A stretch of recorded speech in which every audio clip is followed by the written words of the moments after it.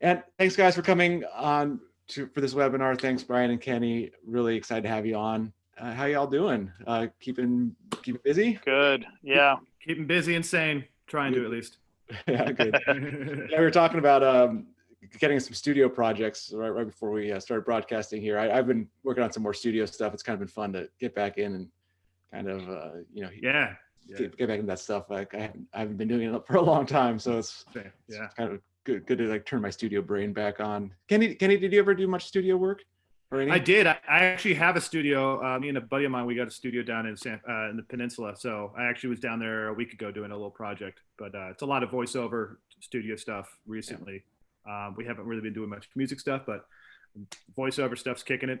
Podcasts. Work, man. Who would have thought?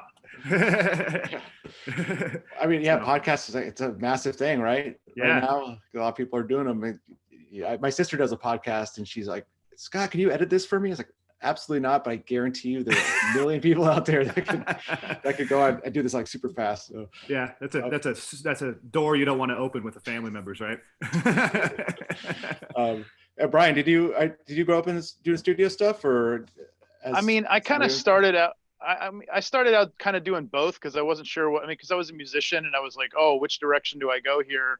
And honestly, at the time I was living in Phoenix, and the only real thing back then was like just working in just little clubs and stuff. So I just kind of started doing live stuff until it just built up to what it is now. And then in the last few years, I was like, you know what, I kind of want to try to diversify as best as I can and just buy a bunch of gear, try to work on some stuff in the studio. And it's slow, but it's coming along. Yeah. Yeah. I used to own a studio and try to did it as my full-time job for a few years, but that was 15 years ago. And it was like an analog studio. And there's no way that's business models feasible these days. The two studios I worked at, they're both analog. I worked at High Street Studios in San Francisco. And then there's another one called I interned over at the Annex for a little bit, but same thing. It was big, and then Pro Tools happened.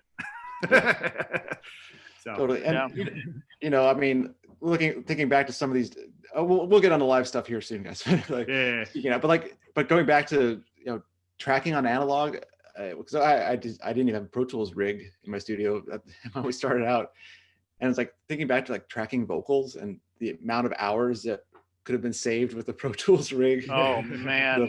Punching in. Yeah. Nothing good at punching in words and stuff, or punching in really tight stuff. Yeah, he'll hold that engage button and then just go. Yep. Disengage. All right, so let's talk about some live sound. Brian, what were the last couple tours you did before we kind of slowed down here? Just before everything shut down, I did a brief little run with Cyrus.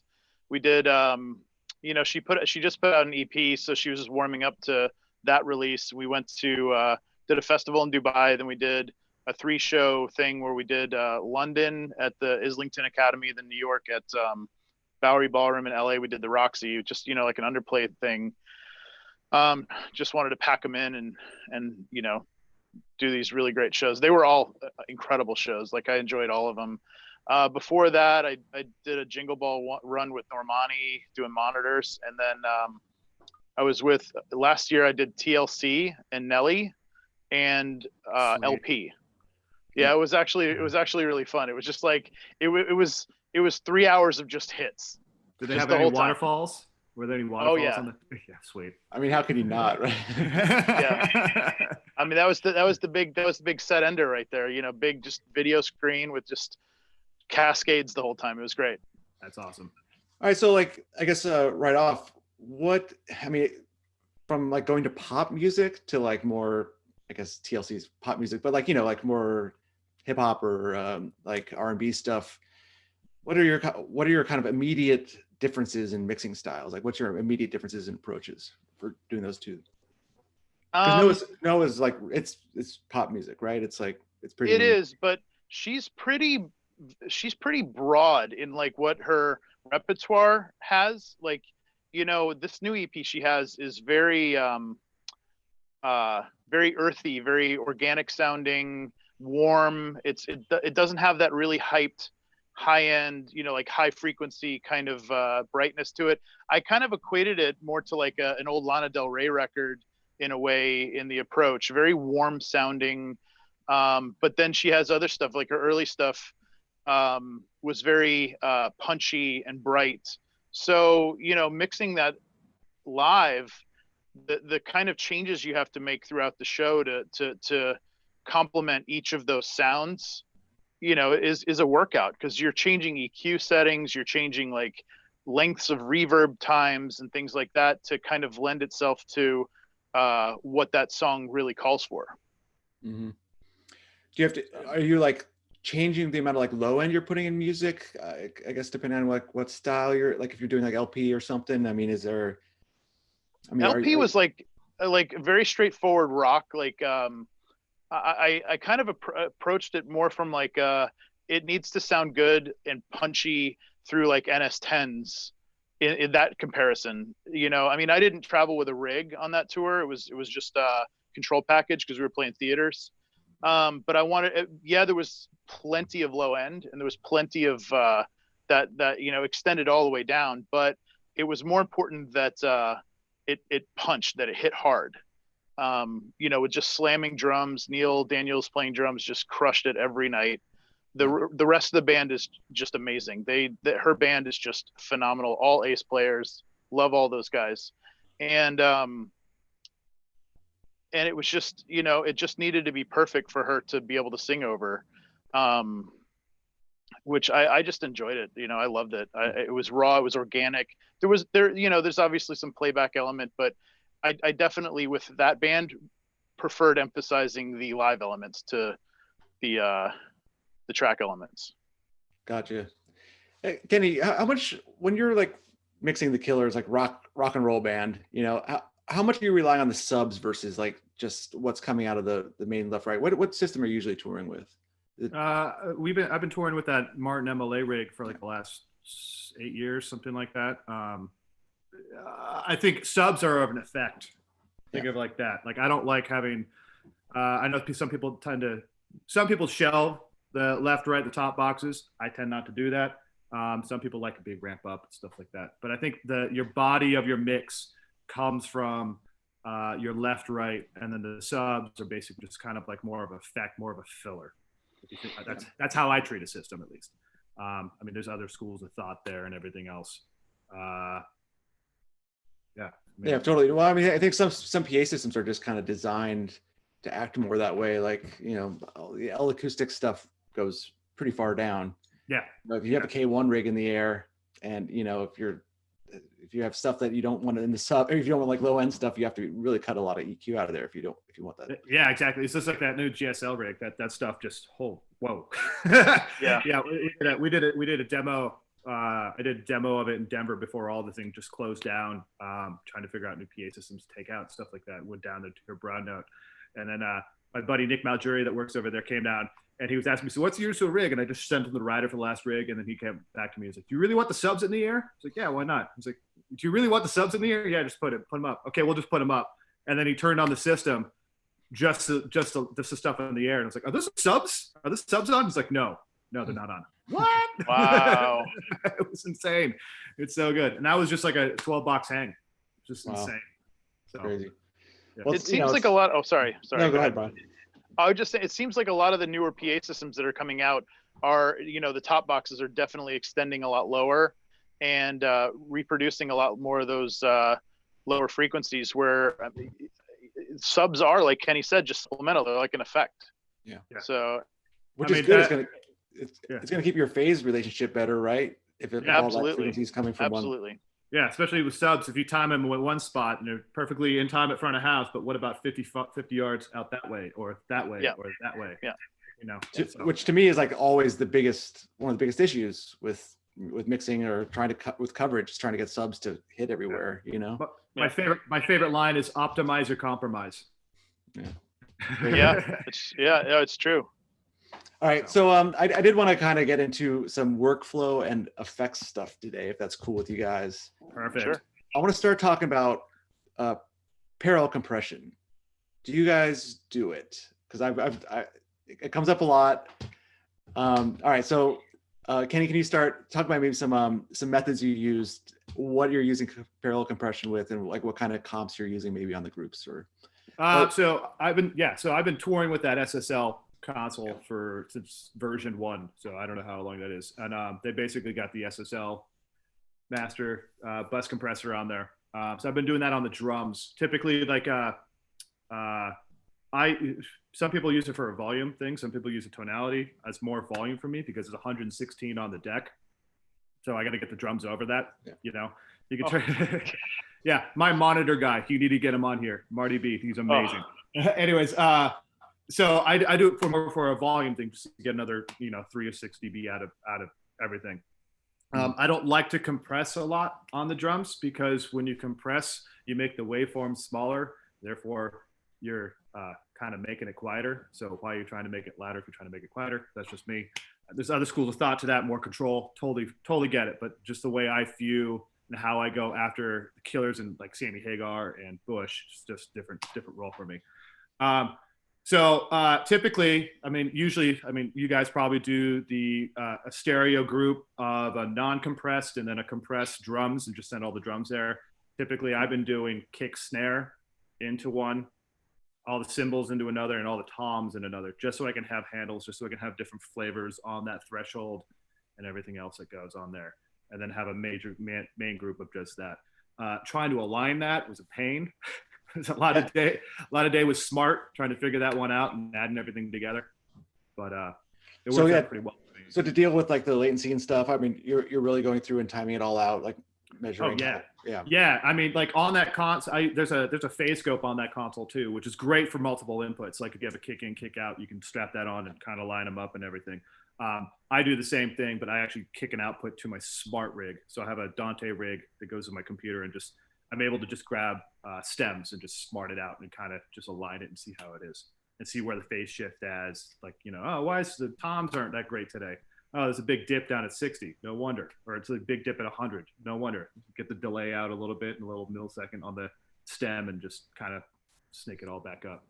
Yeah. Well, you got the benefit of that all pass filter on there too, which is very handy for that. That thing is amazing, and I can't tell you how many problems I've seen with lining subs, like his festivals, right? Like I am very lucky as to the fact that I get to mix a headlining act most of the time. So I show in the morning, time align, everything's great, and then we go off to the hotel room and spend the rest of the day at the hotel room before we come back at like 6 or 7 o'clock at night before our show.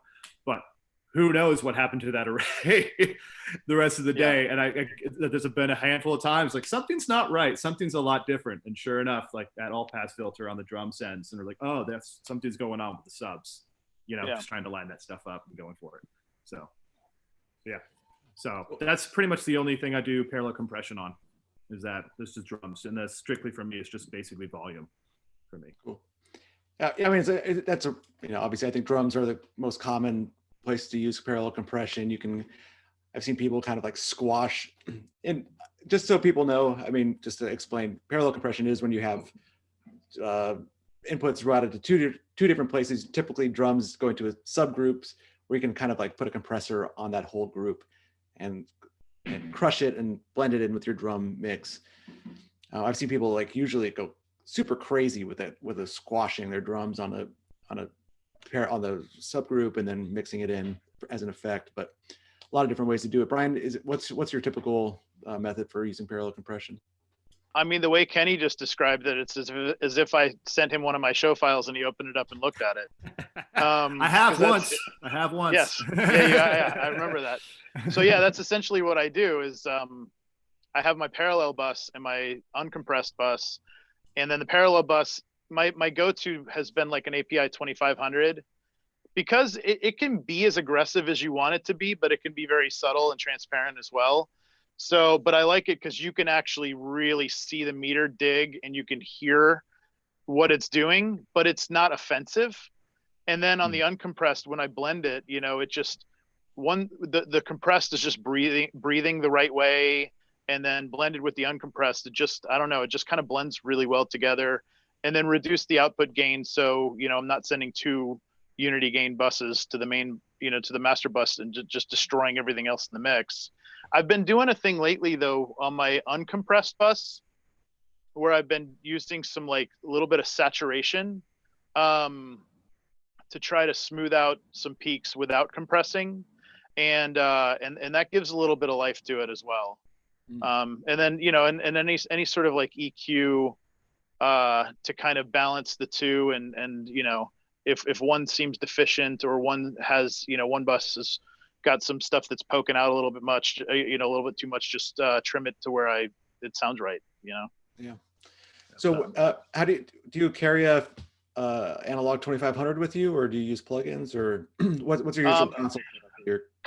Combination of both. Lately, I mean, the last several years I've been on Digico mostly.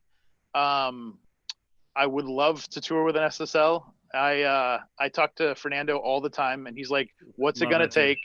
Oh, he's the best. He's like, "What's it gonna take?" And I'm like, "Get me hired by a band that will freight our front of house package everywhere we go, and I'll gladly take that out." But at least, I mean, LP, we went and did a month in Russia last year. It was no problem getting Digicos everywhere. I mean, we were in the middle of nowhere in Siberia, Digico, no problem. So it's the reliability of being able to get what you ask for anywhere in the world in some of the most obscure places has kind of been why I've leaned that direction. But man, sonically, I did a few years ago, I shared a console on a tour with the headliner, and it was DNCE actually. We were opening for Selena Gomez, and Selena's mixer had an SSL, and I had to share the SSL when we went to Japan, Australia, New Zealand. And the minute I pushed up the kick drum, I was like, "Oh my God, where has this been? Tonal. Where has this been this whole time?" It just like I didn't even do anything to it. I just pushed the fader up, and I was like, "Okay, start gating, compressing, EQing," and it just like didn't even need it. Yeah, that's my biggest when we talking console. Sorry, tangent, but I equate it to a Digico EQ is very surgical. It's great for monitors, right? I don't want this. Take it out. An SSL EQ is very total. Yeah. So well, and then with Digico, it's been also been a habit to include. I know, Kenny, plug your earmuffs. I've been using a wave server with it, and I know, but it's just to get like, it's because some of that stuff imparts the color and the tone that you want, because the Digico is clean and sterile and literal, so that's great from like a very objective standpoint. But they put in the tube drive thing. Now the quantum stuff actually has a lot of promise to it. I was actually supposed to be out on a tour right now where I would have had a quantum, whatever this new one is, the 338 quantum. And they have more compressor flavors now on the channel, and then they have I guess it's like transformer emulation as well as the tube emulation they had before. So that stuff adds a little bit of a character. But the other thing I took out with Digico consoles before before UAD took back the product, Soundcraft put out the real-time rack, which is now the UAD live rack. That stuff just, I mean, nothing touches that in the plugin world. Yeah, that stuff just sounds amazing. Yeah, I have 1176s and an API 2500 in my room here, and if you do a shootout between that and what UAD is doing, especially like in an arena or an amphitheater, you're not going to hear a difference. I don't care what anyone says. Yeah. I had a UAD rack out last year. It was with an Avid SXL, but still, like, doing arena gigs and mostly running 2500s. That's kind of like we were like running 2500s on all the buses. But yeah, it was like, man, those plugins do sound really good. And I know Kenny, Kenny's really anti-plugin for the. No, I'm not anti-plugin. I'm using them in the studio and stuff like that. It's just to me, it's I look when I build a show file or a writer or anything like that. I look at it at a standpoint of a tech or a system tech. So I look at what's going to fail and what's going to stop audio. So the only reason, and like if anybody's on here that works for Waves or anything like that, this is my reasoning. So before I was a front of house engineer for the Killers, I was a system tech. And then a PA tech. Before I was assistant tech, there was a guy named Phil Reynolds that was out with us who actually starts working. He's doing classes for Alt Acoustics now. Madison Square Garden, sold out night. 15 minutes before the band goes on, console dies. SG7, 2 wave racks to mirror it. Console dies. All right. Well, sorry, excuse me. Wave server died. Restart the wave server. Wave server is fine. 5 minutes after that, console dies. hold the band, no audio. Had to open up the console. What? Reseat neutral, reseat all the things, console boot it back up, still no waves. But we had waves on everything. So we had to go through and basically just take everything out. And we held the band for 20 minutes because of it. Yeah, I have such anxiety and fear of that happening that I created a macro that punches out my inserts to the wave server and then engages all the onboard compression gates and EQ. And in rehearsal, if I have time, I'll go through and do like an A/B between the two. So at least I have like a safety net. Yeah, that's lesson learned, right? That's a lesson learned. So anytime when I like get show files for festivals or something like that, and it's a big headlining artist, or I'm doing a festival where they're bringing stuff on site and I add that. And that's the beauty about that console, is you get flexibility to do whatever the hell you want with it. Yeah. So. Well, and then the other thing too, I guess, a couple software versions ago, Digico was like, you were not running this natively, control protocol in the console. Yeah, you have to run an external computer. That has been, night and day. Rock solid. Yeah. So granted, my experience happened years ago, but I mean, we all had bad experiences, and that just turned us off from stuff. Yeah. Like, oh man. Oh God. I was at Milwaukee. I was at the Milwaukee Summerfest, and my SD10 locked up in the middle of a song, and it still passed audio because Digico's somehow or whatever. Even back in like 2004, I was on a D5 that locked up every single show of the tour, and you had to reach over the meter bridge and hit the reset button, and it was terrifying. It was terrifying because you're like, oh, it's still passing signal, but who knows when this thing is, how long it's going to take to boot back up, if it's going to be in between a song and you got your reverbs all the way up in the vocals and they're talking in between the song or whatever. But in the middle of the show, the SD10 locks up, and somebody goes back there, and I was like, hit the reset button. Nope, power cycle. And I'm like, no. Oh God, no. And I'm on radio. I'm like, tell the band there's no audio, like get them to just vamp or whatever. And they just threw t-shirts out in the audience for like 3 minutes until I got back up and running.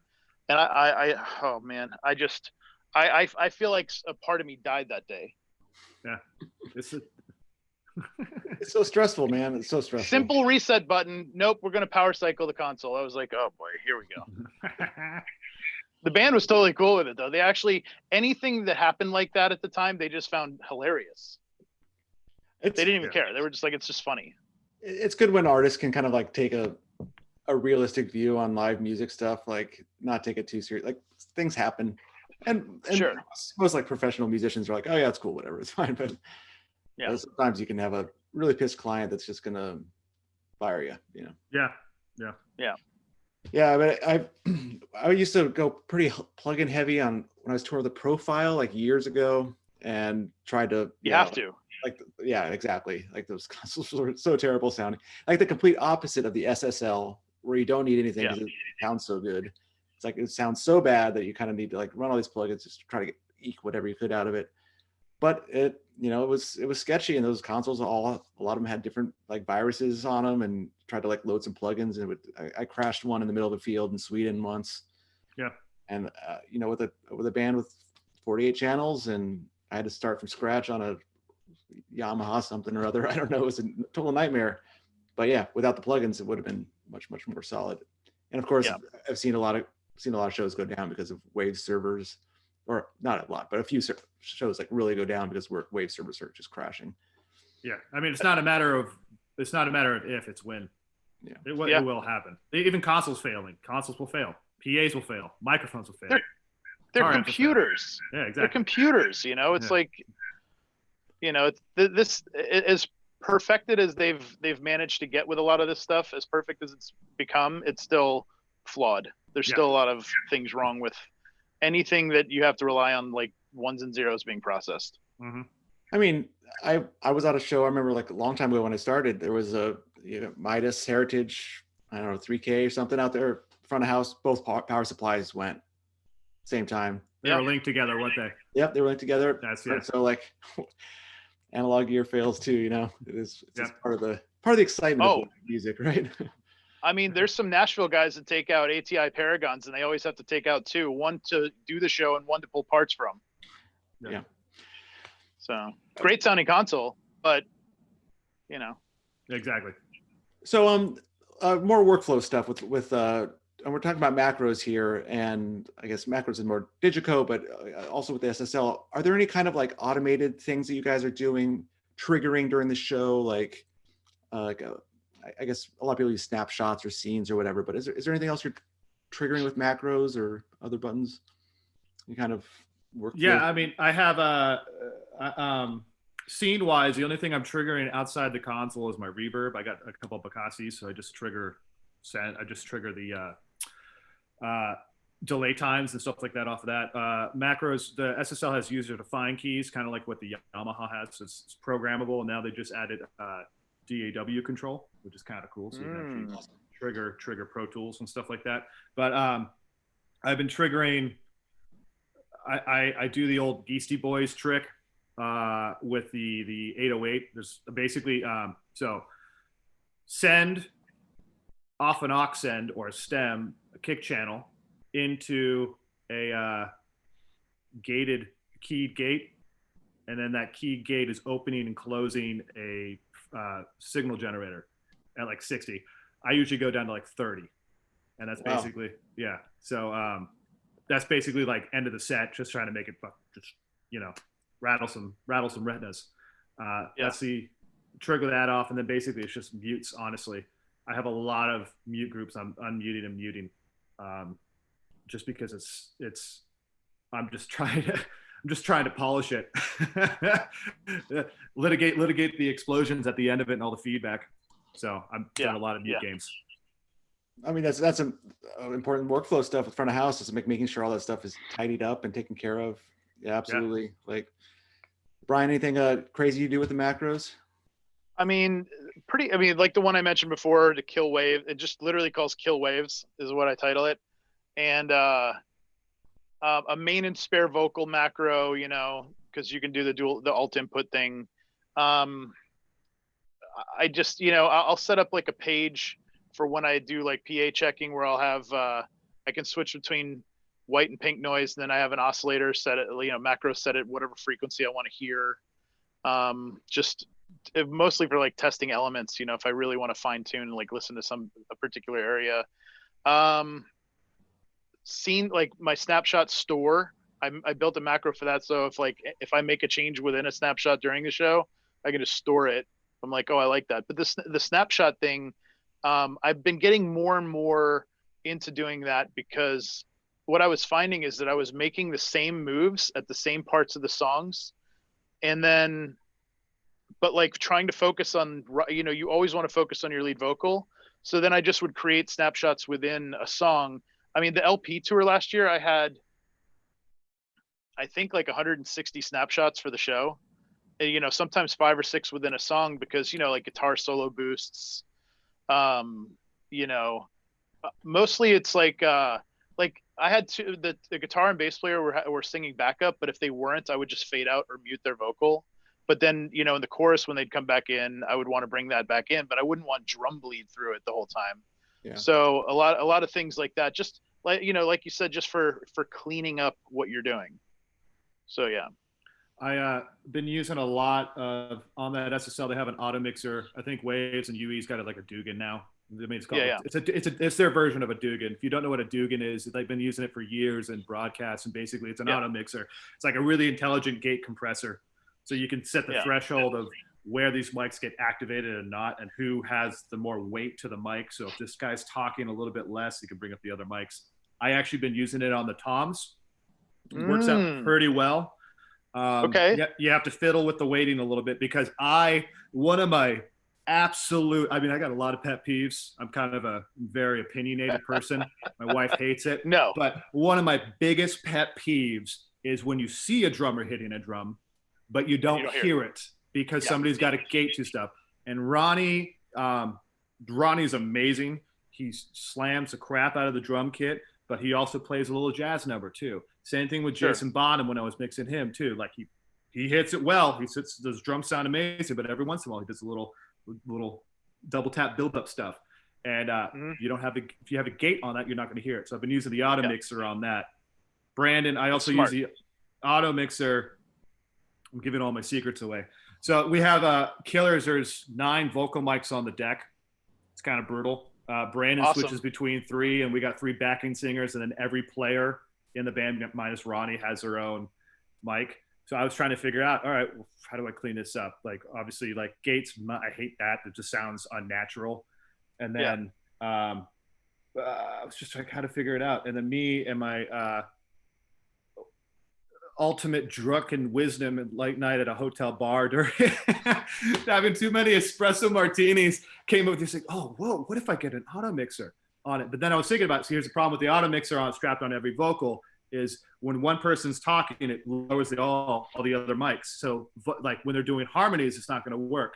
So then I was like, what if I send all the vocals, the backing vocals, to a stereo group, and then on a 4-channel auto mixer, I have channel 1 and 2 be the left, right of that stereo group, but then 3 and 4 be the audience mics, because I don't use the audience mics, and I can have that as my key to my weight to open them up.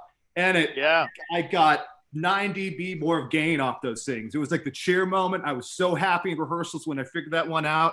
Immediately got drunk again and tried to come up with a better idea.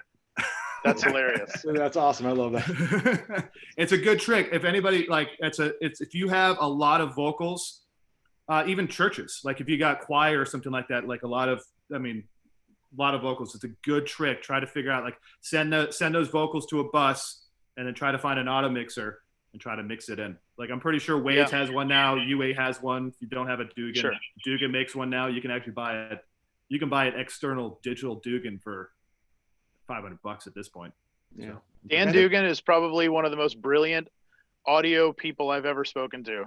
That guy is he's on another level. 14th smartest person in the world. Yeah. I mean, is that actually a list? No, it just sounds more impressive. You can't say top 5 because people won't believe you, but like 14, that's 14? More believable. Yeah. I would believe that, actually. So. All right. So awesome tips, guys.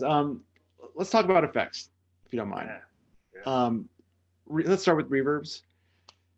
Let's start with vocal reverbs. Anything that you've tried recently that you really enjoy, or something like abnormal? Or, I mean, I'm always kind of enjoy like a short plate and then like a long haul on a main vocal, and I kind of blend those between, depending on what song's going on. But do you guys stack reverbs a lot for vocals, or how deep do you get with that? Kenny, you want to take this? So I'm old school. So I love a plate and a level haul. I stack those every once in a while. I also add a tap delay. We'll get into that later. But drums, I stack the living hell out of reverbs on drums. So I have a gated verb on the snare, another gated verb on the toms. I got some halls. I got plates. I got a stadium on a side chain. So it's like the gated, like, bring it back, people. It's amazing. There's a reason why those drums in the 80s sounded so good, and why you guys love Toto. Like, they're gated verbs. Like, if you have a gated verb, but you blend in a regular plate with a little bit longer tail, the gated verb gives you that air, and then the plate hides the cutoff. So you get you get this nice thing. You don't hear that annoying cutoff. So that's the main stacking I do is on the drums. But then the vocal, I definitely have a handle ready for plate and tap delay. Always goes on Brandon's vocal, but I definitely have a handle for a haul to actually get those long, like the Barry Manilow effect. So I like to call it. How about you, buddy? Yeah, I a compulsory nonlinear / gated reverb on the snare. Like that's not even a question anymore. And that mostly, I mean, I had a conversation or overheard a conversation with like Toby Francis, and who is a legend. And he was basically like, I can't do a snare drum without it at this point. It just imparts so much tone and adds to the actual tone of the snare drum. And I took that and was like, he's absolutely right. So I just started doing it, and it just made perfect sense to me, especially if you set the pre-delay right and the length right. It actually will beef up a snare, especially because everybody nowadays, it drives me crazy, has to tighten their snare drum so much that I'm worried about the bearing edges of that drum caving in on itself. Like it's almost like the event horizon of a black hole or something, you know? And so it's like, in order to get any meat out of that snare drum, that nonlinear or gated reverb, whichever, you know, similar concepts, just brings out that body that we're missing in a lot of drum tones nowadays. Yeah. You know, usually you'll get that from like, if you have, you know, like a gospel drummer, for instance, who has like 16 toms, 473 cymbals, and then a main and a side snare. The side snare is the tone that I prefer for my main snare, like that deeper, more guttural kind of snare. So I actually take the liberty to go and try to create that with the main snare, because it just, otherwise it doesn't cut right. It never cuts right. It never punches. But that, and then, you know, plate in addition to carry that tail. And I mean, same, I mean, like my approach is very similar to Kenny's, you know, the toms, the same treatment with the toms. And then I've been recently doing like through my overheads, I'll do a little bit, not blend, it'll be blended in, but mostly to kind of like spread out and smoothen and impart like a little bit of warm mid-range tone, because sometimes cymbals are just so bitey that you have to figure out ways to kind of like make them sound just not like they're ripping your face off. Totally. Sometimes the right verb will do that. Totally. We'll take this question, but not a long one. Right. Let's take this question from Heartache. Like, how are you processing your effect returns? Is it are you trying to like choose the reverb without EQing the return at all, or are you just sometimes have to like just comp and EQ the return just to kind of get the sound you want, or are you kind of being a little more selective about the actual reverb you're using? You got to be selective with the reverb you're using. I changed on my Procrostes. I change the actual setting per day, like whether it's like a London verb or a bright verb or a bright plate, small plate. I change that per room, but it's also litigation of just trying to keep it clean. I don't comp anything. I don't comp the returns of that reverb, and I don't EQ besides a high pass or a low pass. It's just, it's literally like most of the time, that's the input to that reverb that I, you know, like if you're doing it from a send or something like that, that send gets either high pass, low pass, just to get rid of all that noise out of there, because you want it to sound good. So that's how I, cool. Litigation. How about you, Scott? How do you do it? Well, pretty much the same. I'm like high passing verbs. I'm choosing my verbs carefully. Sometimes I'll kind of find myself cutting like a little bit of high mid returns on the vocal verbs just to kind of keep it out of the way of the dry signal. But yeah, almost always trying to like find the right reverb, like lay into it as much as I can, you know, change the settings and then process the returns with high pass filters and some low pass. Are you changing your reverb on a day-to-day, like the setting per day-to-day, depending on the venue, right? Or are you just basically set on that one reverb and then you adjust the time for that reverb? I pretty much use the same reverb and adjust the time if I need to. Yeah.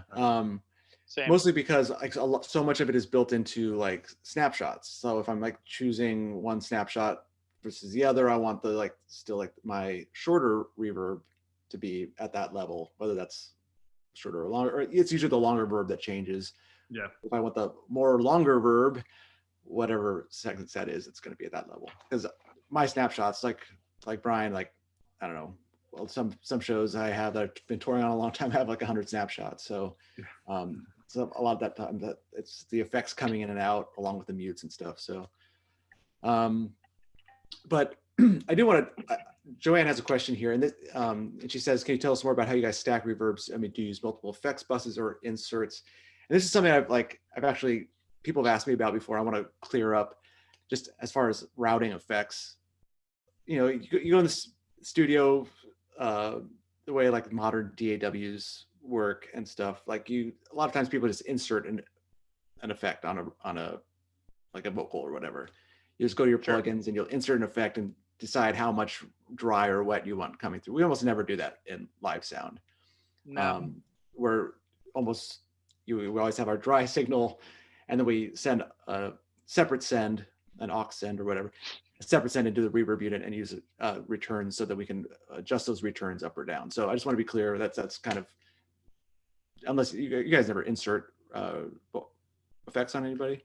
Not really. So the SSL has stems. Yeah. It's different. So like it's traditionally aux end into the unit, back in, return. You have a fader for that return.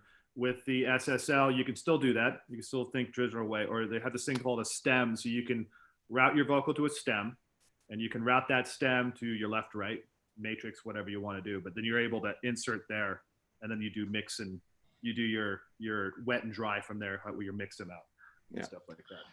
So I hope that makes sense, guys. But like, man, when you do get into like some of the routing possibilities of the SSL, it's kind of mind-boggling how they've been doing it for 40 years, over 40 years, right? Totally, but it's like this live sound reinforcement. It's like traditionally been a very specific way of doing things, that most people follow. But like, man, you get into some of the way those buses work and the way you can completely change the signal chain around in those consoles is really, really quite amazing. So yeah. I mean, like on the Digico, for instance, with like aux sends, if you looked at my show file, typically with what I'm sending to where, it almost looks like a monitor file. There's so many aux sends, just routing stuff to wherever it needs to go. Yeah, and a lot of times you just have that all set up, and you're just kind of adjusting your returns up or down, whatever you want for your song. Yeah. So it's all available to you, at a moment's notice, because of course we're always trying to be fast and with our work here. So let's take a question from Liam here. If you only got to mix one more song and then retire, what would it be, and what approach would you take to put your stamp on it? And let's maybe like think about effects with this. Can I include where too? Sure. Okay. Yeah. Man. I mean, I already did that. That was Glastonbury last year. It was Mr. Brightside. It was unbelievable. It was Mr. Brightside with oh my God, I am a terrible person. Guitar player for the Smiths. Johnny Marr. Yes. Johnny Marr, yeah. Him playing with us. Oh my God. It was epic. And just like it was, there's, if you don't know what it is, it's one of the largest festivals in the UK. It's what Coachella wants to be, but there's sound propagation around the property. So you have a dB limit, you got a problem. But it's not like it has to be 105 at front of house, or it has to be 100 in front of house. Like, no, they be like, it's really loud over the northeast section of the facility. Can we bring these down? And then they start working with you. But at that end of the set, the guys just kind of gave up. So I just cranked it. Brought that all group up and then just made it loud. And it was absolutely amazing, absolutely raw. I think I turned off the reverbs on Brandon's vocals on that one just because it was so good. It was so good. They were just killing it. So yeah, I'm good after that one. I'm just going to keep on working on tractors. How about you? Yeah. I was supposed to be at Glastonbury this year. I was really looking forward to it, man. It was like the big 50th anniversary and all that. But yeah, Brian, you have what's your kind of ultimate like? Mine is way more ridiculous. Okay, go for it. It's a fully reunited, obviously minus Rick Wright, Pink Floyd, David Gilmour and Roger Waters on the same stage doing Comfortably Numb. Probably in an ancient Roman amphitheater or something. That's something good. Obnoxious and ridiculous. Yeah. There you go. Yeah. What about you, Scott? Well, as far as places goes, there's like this ancient Roman amphitheater in this town called Taormina in Sicily that I've been to. Totally incredible. I would love to do a show there with, oh man, now I should have thought about this while you guys were talking, so I had a good answer. But man, like mixing a David Bowie show there, I don't know, that would be incredible. That would be so good. I've been on such a David. Yeah, that's a good one. I've been on such a Bowie kick recently. I decided to go through his whole discography, and I kind of got stuck in like the late '80s, but I'm gonna try to get going here again. Have you heard that David Bowie 9 Inch Nails album that came out? It's a bootleg. No. Yeah. Oh, dude. If you they did that tour together. Yeah, correct. Yeah. So they actually they did I think it was in Minneapolis. They did a show and there was a live broadcast on the radio. You can find the LPs, but if you guys and girls, YouTube, David Bowie, 9 Inch Nails, Hurt. Oh my God. That like everyone says the Johnny Cash version of Hurt is amazing. No, the harmonies that guy is doing with Trent is amazing. And it's like, it's a live recording. It sounds so good. It's so good. So there's your treat for the day. Thank you, Scott. To add to what you were saying, everybody should always be on a David Bowie kick, always. So it's deep, man. There's a lot there. Yeah. Quite incredible. All right, so let's get back to effects here before we like in the end of this session here. And we'll take a question from Christian. Do you ever use expanders on effect sends? I've never have. No. Do any kind of dynamic stuff on effect sends? I tried using an expander a couple times, and it's one of those things where, like, yeah, it works, but then also I feel that it kind of inhibits a little bit too. Like, I tried it in rehearsals. I had an expander on the snare drum. Just tried it out, and it was like, whoa, this is good. This is great. Okay, cool. Made it nice and wide. I can clean it up a little bit, and then during the show, kind of turn it, like, once you get into an arena or a large festival or even a shed, and you just turn it on and off, you're like, you can't really hear it. Maybe it was just me being because I'm fickle about it, but I don't know. It didn't really work for me. But that's as far as I got on processing that way.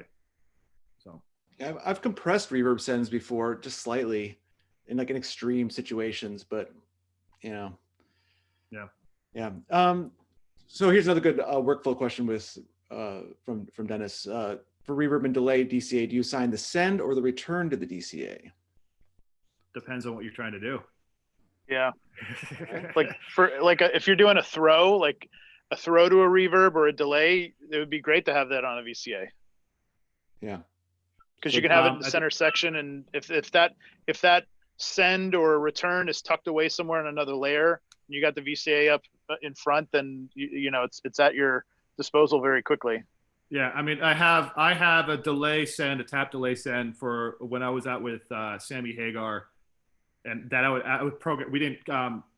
He did a tour, but then we did a bunch of fly dates, and the fly dates was like whatever console. I basically was like, I don't care, whatever console, sounds great. I'm just having fun, just turn it up. But I would always program a throw for his tap delay, which was the send on a VCA, just because you always get that reggae that whatever he's saying. So that's the only time I've ever done that. Other than that, all my other sends are pretty much just set up, and then you just mix accordingly.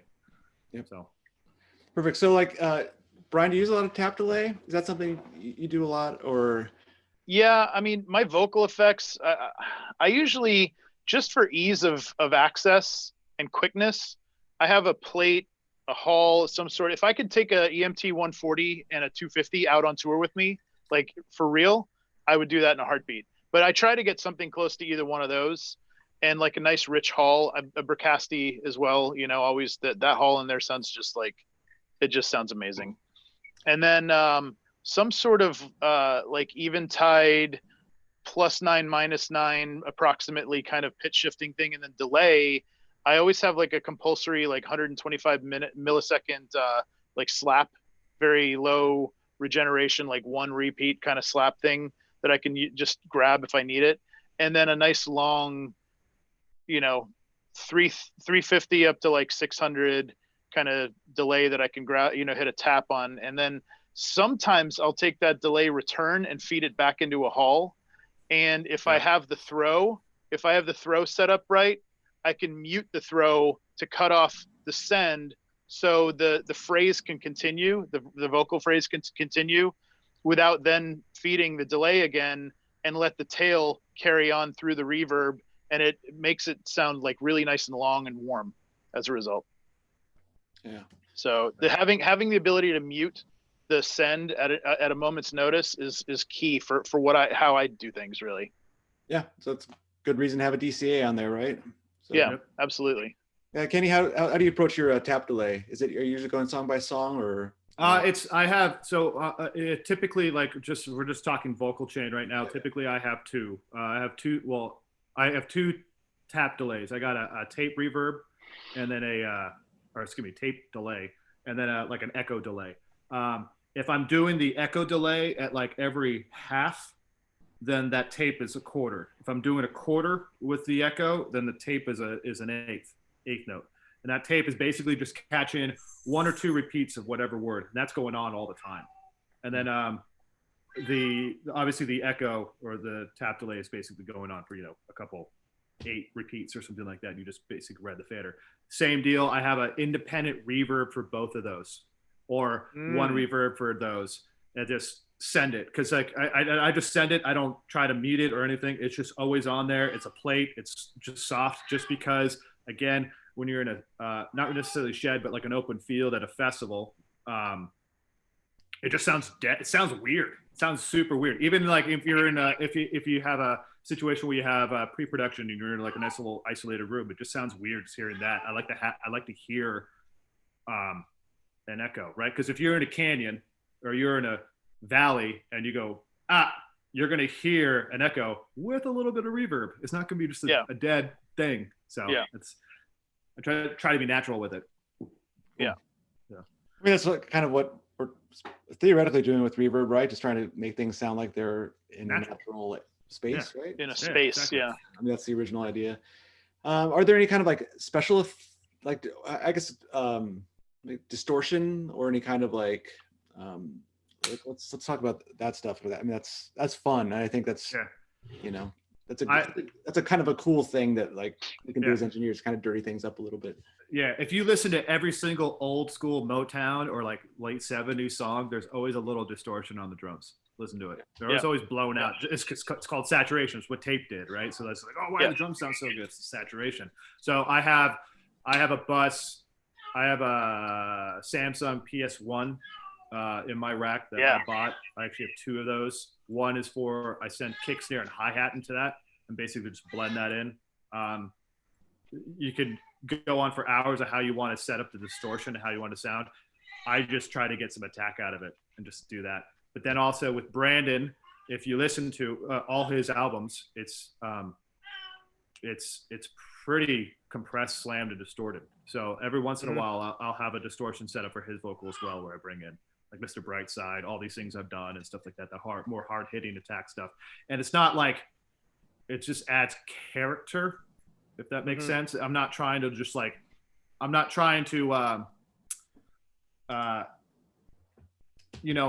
with the bullhorn and the microphone with Tool. I'm not trying to get that effect. It's just like another layer of tonality, I guess, if you will. Yeah.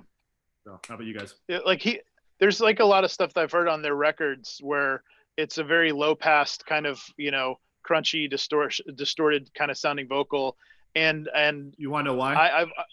It's a Beta 58 that they do in the studio. Really? That's amazing.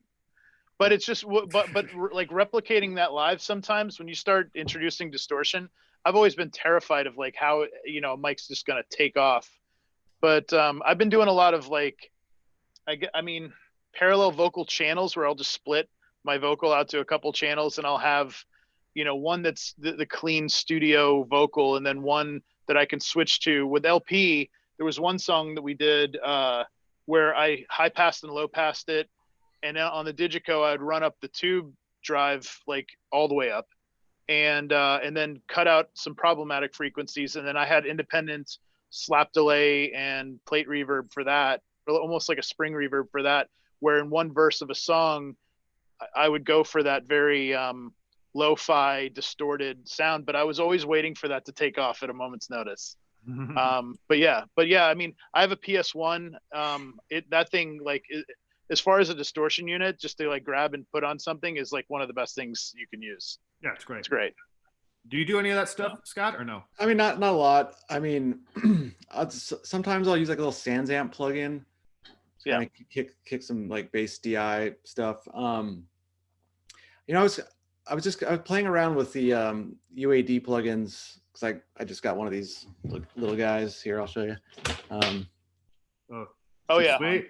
Getting into my studio stuff, but I was like wondering about maybe trying to like apply some more tape saturation type of plugins live. I don't know. I was thinking about trying to play around, of course, sitting around thinking about all the stuff I want to do if I could. Sure. But I was thinking about trying to play around with some more tape saturation stuff whenever I get back rolling here again.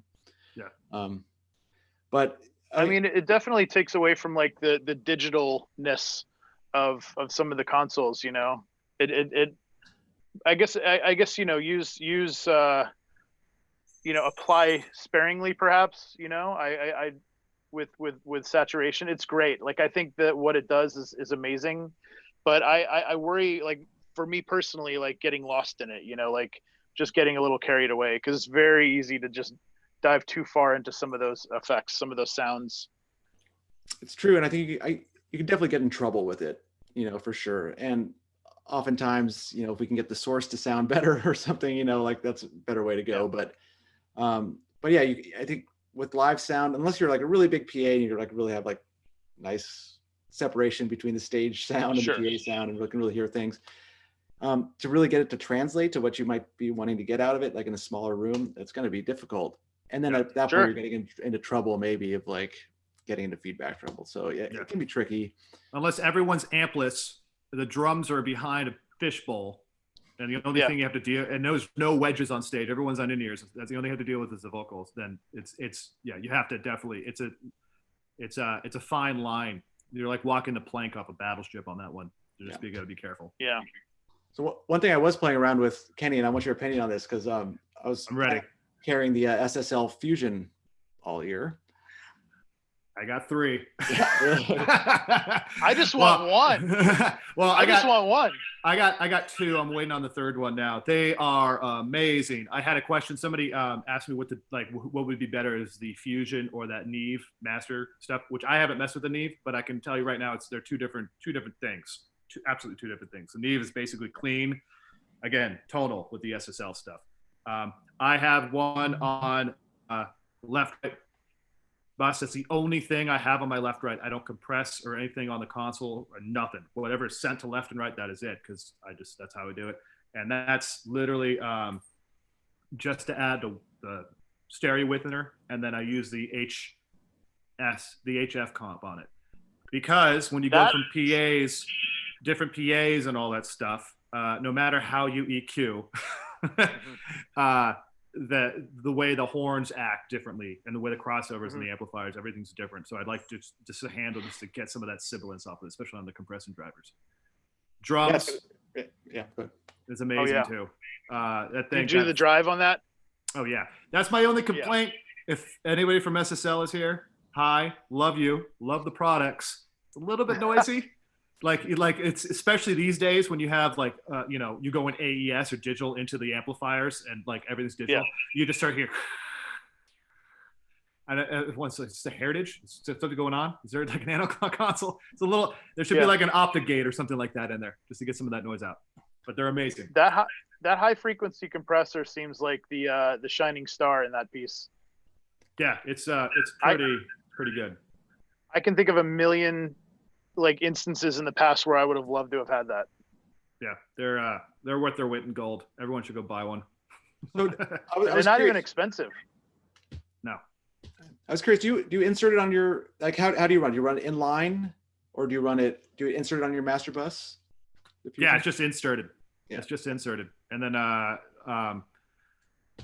yeah, that's pretty much it. And the beauty of it is like the actual unit, all those circuits are individual circuits, so you can turn on and off, and it bypasses those circuits to go to the other one and everything else. Yeah. But yeah, I don't, the only, like, I mix in the console and then I send out, my cat's right behind me. Thanks, bud. That's amazing.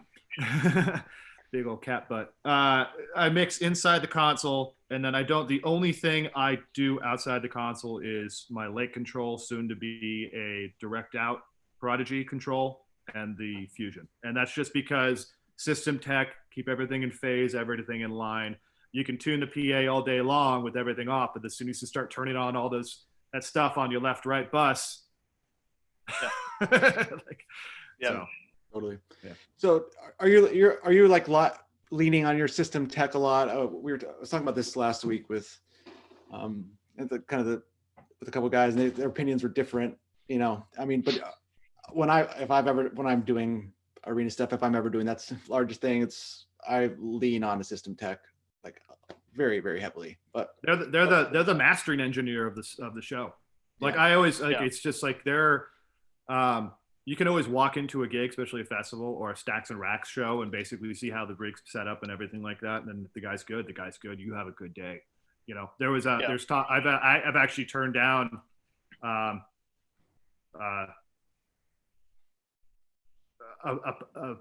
have to actually turn down. How do I word this without being a jerk? I turned down proposals because I wasn't going to get a system tech that I wanted. Yeah. Like the guy that I want. And they're few to far to come by. I mean, like I know their job very well. And like, it's basically because I should only have to worry about the inputs and what's going on stage. And when I give that one guy a look, he should know, oh yeah, there's something going on with the low mids. I got that. No worries. Yep. So. I walked into a gig once, a fly date, and first person I saw when I walked on stage was Kenny, and I just knew everything was going to be fine. and he was working the opposite end of the snake. I know. I was in monitors. I was like, I'm not worried about anything today.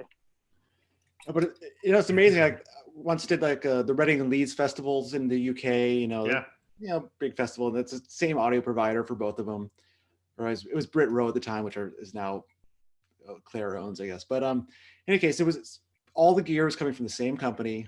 It was like in a tent. The tents were exactly the same at Reading and Leeds. Everything exactly the same, except the system engineer was different. Even though they came from the same company, man, those PAs could not have sounded more different. Yeah, it's true. One was just a great show. Just went up, like turned my stuff up, and it was like, there it is, mix the show. And the next day I was just kind of fighting everything, just hacking EQs, and just it was a mess. So yeah, super important. This is my only.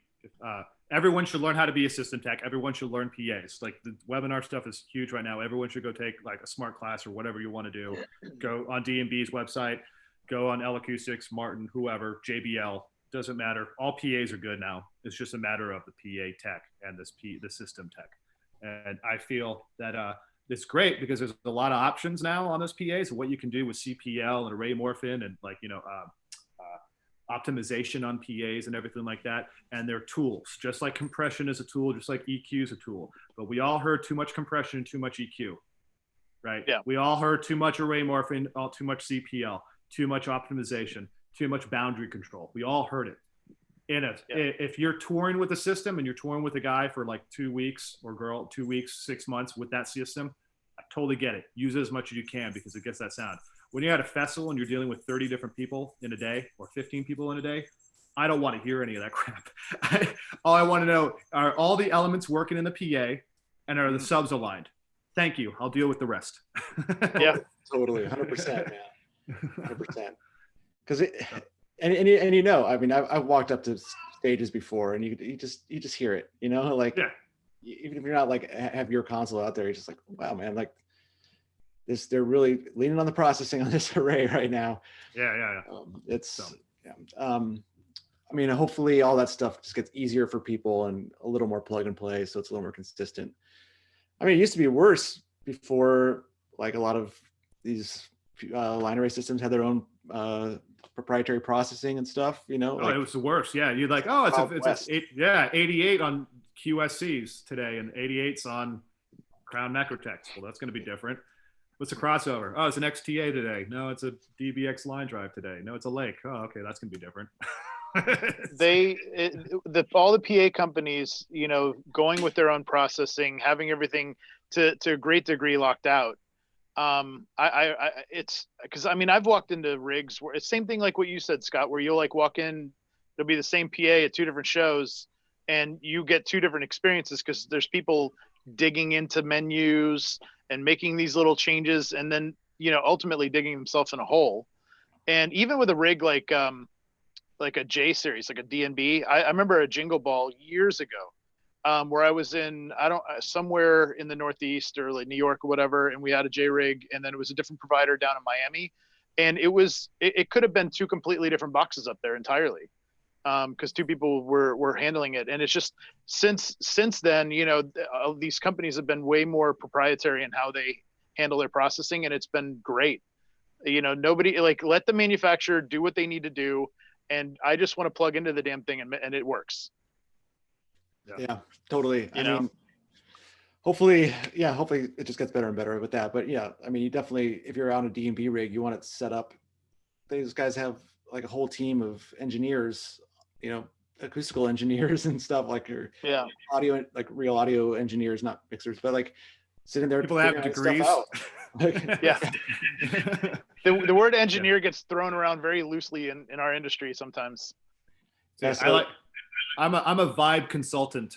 Vibe consultant. Yeah. I like a vibe on the stage. I make sure everyone's vibe in the audience cool. If everyone's cool, I'm cool. Let's go. Yeah. So one of my least favorite things about doing the production academy is posting on Facebook, because of course all the trolls come out, but my favorite one is that comes up a lot of is like, you're not a real engineer unless you have this.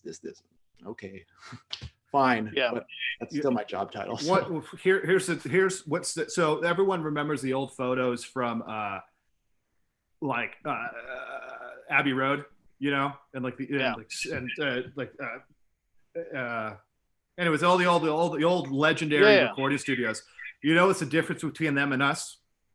Lab coats. Exactly. You start wearing a lab coat on your webinar, man. Like everyone's just gonna take you more seriously. Like I was actually thinking about that on the next tour. Like we did on Tool, all the backline guys and all the audio, all the crew and stuff like that. They all have to wear lab coats and stuff like that. Peter Gabriel's Secret World, they all wore different color lab coats or jumpsuits for each department, which was great. I thought that was awesome. So yeah, I definitely take you more seriously at your job. But I take you more seriously in your suspenders or your overalls as a tractor. I actually was working on a tractor earlier. So yeah, I'm covered in grease. You should see my coveralls at my waist right now. But you know, like I had a couple of friends that worked with Jack White, and he made them wear suits. You know, it was like, Marcel. But then, man, like the reason I got in this gig is so I didn't have to wear a uniform. You know. Make my own hours. All right, guys, thanks so much for coming on today. Really appreciate it. Yeah, appreciate it. It's awesome. Got a lot of good info here. Really cool. And look forward to seeing you guys out on some festivals. Hopefully next year, maybe. If we ever tour again. Yeah. We will. I think we're a very social people, everybody. We love going out. Even my little 8-year-old kid, he's been stuck at home because there's no school. He just like wants to go out and go ride his bike with his buddies. So it's gonna come back. It's gonna come back sooner than we think. You know, I remember everybody saying like, oh, live music is gonna go away once like the internet came around. Like everyone's gonna be able to sit at home and watch concerts. It's like, no. And this now proves it even more. Everyone's just clamoring to go out and have that real experience of being in a room and watching a kick-ass show. Exactly. You can't get that energy any other way. Yeah, exactly. You can't experience that energy any other way. Which is why our jobs are awesome. It's fun. Yeah, it's true. I ain't complaining. Thank you, Scott. Thanks, guys. Thanks, Scott. Appreciate it. Later, everybody. Later, Brian.